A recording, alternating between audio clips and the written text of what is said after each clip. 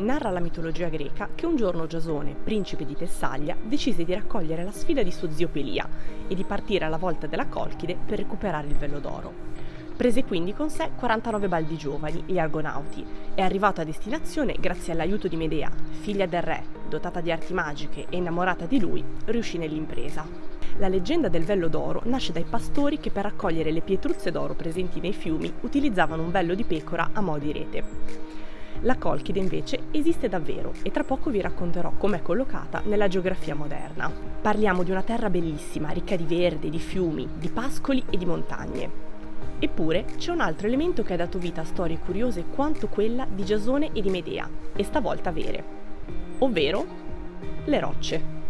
Ciao a tutti, io sono Clara e oggi mi trovo nella regione del Sanske Javakheti, nel sud della Colchide, meglio conosciuta come Georgia. Parleremo di monaci che vivono dentro le rocce e di eremiti che ci vivono sopra, su pilastri alti 40 metri.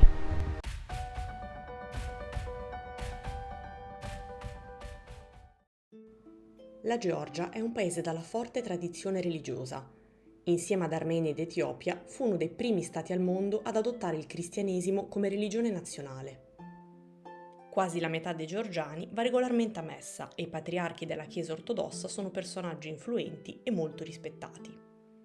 Fra tradizione e modernità, fra passato e presente, in questo paese il confine tra leggenda e storia si assottiglia e in alcuni luoghi diventa quasi impalpabile. Si modellano vite e si creano racconti che sembrano arrivare da un'altra epoca e proseguire immutati. Nel sud della Georgia, sulle sponde del fiume Kvari, sorge il complesso monastico di Varzia, pazientemente scavato a mano nel morbido tufo in 47 anni da 500 persone. I lavori iniziarono nel 1156 sotto Re George e vennero ultimati nel 1203 dal re Tamara. Esatto, ho detto proprio re.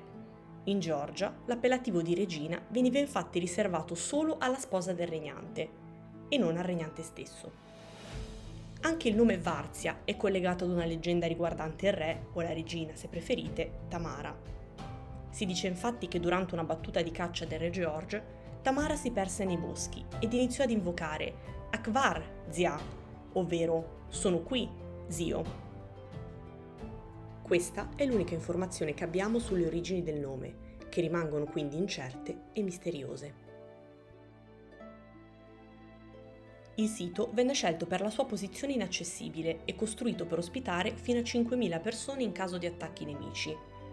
Di fatto, ciò accade molto raramente. Sotto il regno di Tamara, la Georgia ha visto un periodo di prosperità e sicurezza. Per questo, la sovrana benedisse il luogo e ne fece un monastero, rendendolo la casa di 700 monaci. Nonostante la scomoda location, le sorgenti d'acqua presenti nella zona permisero la realizzazione di sistemi di canalizzazione. Ecco un esempio delle tubature in argilla che convogliavano l'acqua necessaria per bere, cucinare, lavarsi ed irrigare i campi. La cisterna era in grado di mantenere per un mese la scorta d'acqua, in caso di attacchi nemici. Il cibo e il vino erano invece conservati nelle parti più basse. Venivano immagazzinati nei cesti e posti al fresco in questi canaloni. La temperatura del monastero è infatti costante in estate e in inverno e si mantiene intorno agli 11 gradi. Gli abitanti si riscaldavano grazie ai fuochi accesi in queste buche. La legna da ardere riceveva ossigeno da un canaletto. Ogni camera aveva inoltre le porte. Quelle che vi sto raccontando sono solo una minima parte delle informazioni che potremo avere. Moltissime sono purtroppo andate perse. La storia di Varzia è infatti travagliata. Nel 1283, nella notte di Pasqua, un terremoto sconvolse la città di Roccia, uccidendo le persone riunite nella chiesa. Ci vollero 2 anni per ricostruire e per ripopolare il monastero, ma i monaci poterono dormire sonni tranquilli solo fino al 1551, quando arrivarono i persiani. Nonostante la descrissero come la meraviglia creata da Dio, irraggiungibile tanto quanto il cielo blu, non si fecero scrupolo di mettere Varzia a ferro e a fuoco per 3 giorni interi. Persino la biblioteca non venne risparmiata.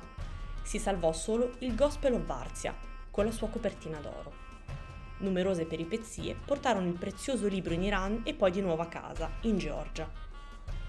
I persiani distrussero anche la torre campanaria e la sua campana da 420 kg, oltre a razziare tesori, icone d'oro e offerte. La stupenda chiesa dell'Assunzione, in quelle notti di terrore del 1500, vide morire 20 monaci che erano raccolti in preghiera. La porta venne fatta a pezzi, i fuochi appiccati bruciarono le icone, annerirono le pareti e coprirono gli affreschi, riscoperti solo nel 1800. La chiesa venne infatti usata per diversi anni dai pastori turchi come stalla. All'interno è vietato fare foto e riprese, ma mi è stato gentilmente accordato il permesso. Qui vedete Tamara con un modellino di Varzia. La lunga sciarpa indica che non era ancora sposata. Durante l'assalto, il complesso sistema di tunnel che attraversava tutto il sito ospitò monaci e civili dei villaggi circostanti, ma nonostante le porte di pietra e i sassi lanciati attraverso i condotti di ventilazione, molti perirono o vennero venduti come schiavi. Nemici di Varzia non furono solo i popoli desiderosi di conquista. Il sito è soggetto a collassi ed erosione. Ad oggi, a causa di questa concatenazione di eventi naturali e non, ci resta solo il 30% della città originaria. Di 13 piani ne abbiamo 10, di 3 tunnel solo uno, di 3.000 camere ne rimangono 640. Ma a cosa servivano queste camere e come si svolgeva la vita quotidiana a Varzia? C'era ovviamente un refettorio. Qui 30 o 40 monaci si sedevano faccia a faccia, ma senza guardarsi direttamente negli occhi per non essere maleducati. Importantissime, dal momento che la Georgia è il paese natale del vino, erano le cantine. Ne ritroviamo ben 25. Le anfore col prezioso liquido venivano posizionate in delle buche, poiché il terreno non era dritto. Pensate che ne è stata rinvenuta una da 1700 litri. I contadini regalarono alcuni vigneti all'amatissima Tamara e la produzione di vino oltrepassava di norma le 90 tonnellate annue. Nelle camere c'erano mobili e ripiani per le candele. Di questa piscina, invece, nessuno sa con precisione l'origine, poiché il livello d'acqua rimane stabile anche in caso di pioggia. Si dice che durante la costruzione Tamara si disperò per la mancanza di acqua potabile e iniziò a piangere. Fu allora che spuntò improvvisamente. Per questo è stata rinominata Lacrime di Tamara e la sua acqua potabile viene usata per i battesimi. Varzia fu anche un importante centro di formazione per i laici. Si insegnavano la lavorazione dei metalli e la scienza erboristica. Questa è la farmacia, con i ripiani per le erbe. Dal 1838 il monastero è diventato sito museale, ma è ancora possibile stabilircisi. Infatti, 3 monaci vivono qui da 26 anni. Il più giovane ha 40 anni, il più anziano 50. Nonostante mi sia mossa con largo anticipo per intervistarli, non è stato fattibile. È infatti necessaria l'autorizzazione del patriarca della Chiesa ortodossa, che non viene concessa praticamente mai.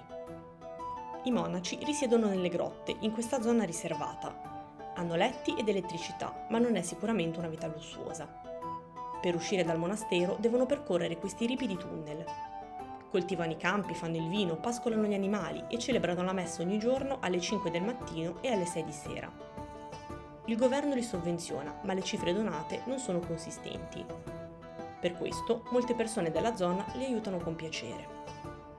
Padre Sciauli mi ha dato un passaggio in macchina fino al convento delle Suore, ad Upper Varzia, alcuni chilometri più in alto.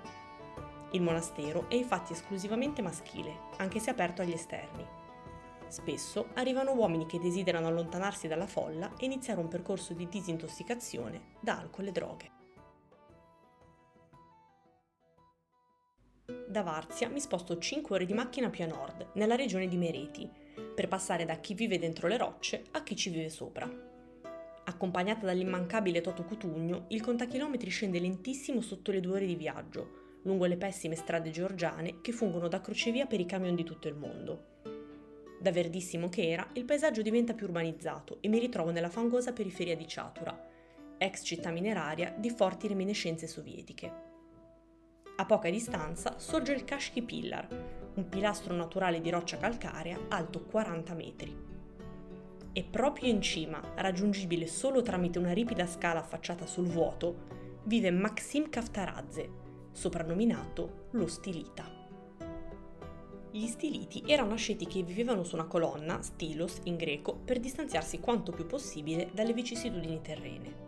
Il primo stilita fu San Simeone il Vecchio, nato in Siria nel 386, che passò 37 anni su una colonna a cui le donne, e persino la madre, non poterono avvicinarsi. La stessa regola vale per l'eremo di padre Maxim, vietata la scalata al gentil sesso. Il luogo è sorto nel IX o X secolo, è stato la casa di uno stilita, abbandonato in seguito all'invasione ottomana, riscoperto nel 1944 da degli alpinisti e abitato nuovamente da padre Maxim dal 1993, quando uscì dalla prigione in cui era stato rinchiuso per crimini minori. Da allora ha deciso di dedicare il resto della sua vita alla meditazione e alla preghiera. Sul pilastro si trovano una cripta, 3 celle e ovviamente una cantina. I pasti sono serviti tramite una carrucola azionata dai monaci del monastero di San Simeone, che si trova alla base. Padre Maxim scende a terra 2 volte a settimana e ha già deciso che il giorno in cui diverrà troppo debole per usare le scale, rimarrà sulla rupe fino alla sua morte.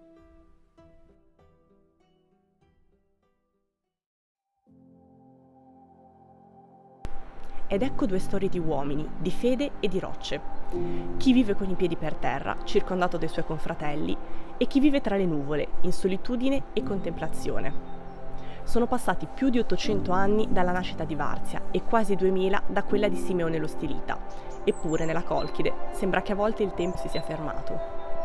Io sono Clara e questo è Oltre la Superficie. Vi aspetto alla prossima puntata.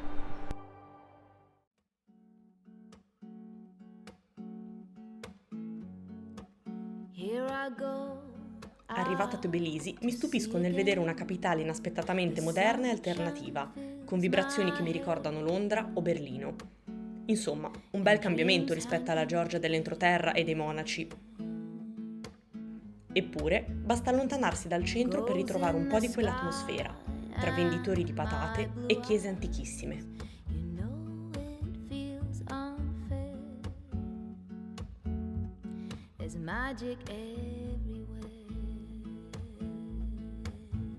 Vi saluto con questa canzone di Katie Melua, un'artista georgiana. Il testo esprime bene il senso di libertà e di meraviglia che non si può non provare viaggiando attraverso questo paese sospeso nel tempo e nello spazio. Qui, dove le rocce danno un volto ai racconti, i confini diventano sfuggenti, così come storia, leggenda e aneddoti si mescolavano nel racconto di Giasone e di Medea. No need to laugh or cry. It's a wonderful, wonderful life. The sun's in your eyes, the heat is in your head. They seem to hate you because you're there.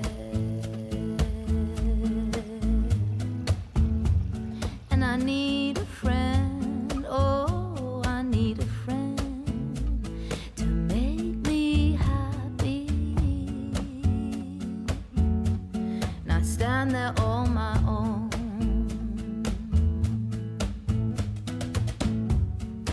Look at me standing here on my own again. Up straight in the sun. No need to run and hide. It's a wonderful, wonderful life. No need to laugh or cry. It's a wonderful, wonderful life.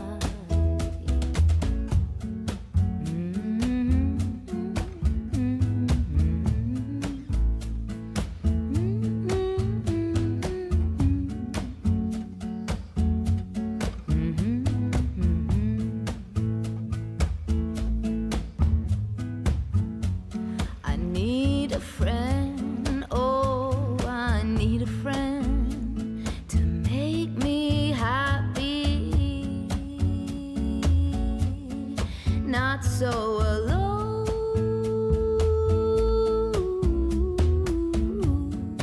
Look at me here on my own again, up straight in the sunshine. No and high. It's a wonderful, wonderful life. No need to laugh or cry. It's a wonderful, wonderful life. It's a wonderful life. It's a wonderful life. It's a wonderful life.